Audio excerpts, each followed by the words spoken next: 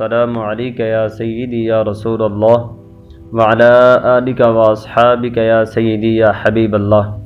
جس طرح کہ آپ احباب میں سے ہر عام و خاص کو یہ علم ہوگا کہ عید الاضحیٰ کا چاند نظر آنے والا ہے، عید الاضحیٰ کا چاند نظر آنے سے پہلے حضور علیہ الصلاۃ والسلام کا فرمان علی شان سماعت فرما لیں۔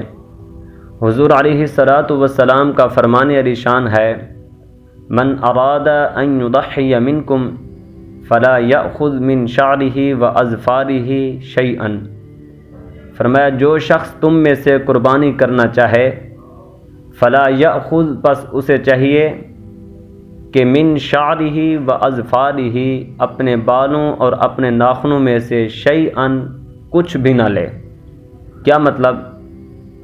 فرمایا کہ جو شخص تم میں سے قربانی کرنا چاہے اسے چاہیے کہ وہ عید الاضحیٰ کا چاند نظر آنے سے پہلے اپنے ناخن بھی لے لے اور اپنے بال بھی ترشوا لے۔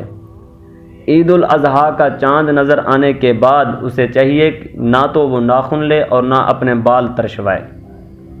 تو پھر کیوں نہ ہو کہ ہم حضور علیہ الصلاۃ والسلام کا یہ فرمان سننے کے بعد عید الاضحیٰ کا چاند نظر آنے سے پہلے اپنے جسم کے بال بھی ترشوا لیں، تراش لیں اور اپنے ناخن بھی تراش لیں۔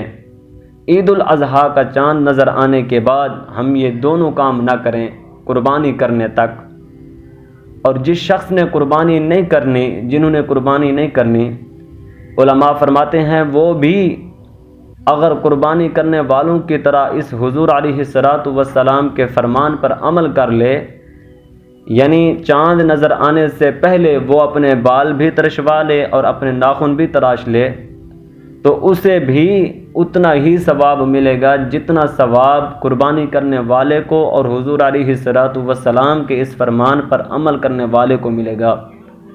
کیوں نہ ہو کہ ہم حضور علیہ الصلاۃ والسلام کا فرمان سننے کے بعد عید الاضحیٰ کا چاند نظر آنے سے پہلے ہم حضور علیہ الصلاۃ والسلام کے اس فرمان کے مطابق عمل کریں، فرمان پر عمل کریں اور اپنی زندگی گزاریں۔ اللہ رب العزت ہم سب کو حضور علیہ الصلاۃ والسلام کی شریعت مطہرہ پر زندگی بسر کرنے کی توفیق عطا فرمائے۔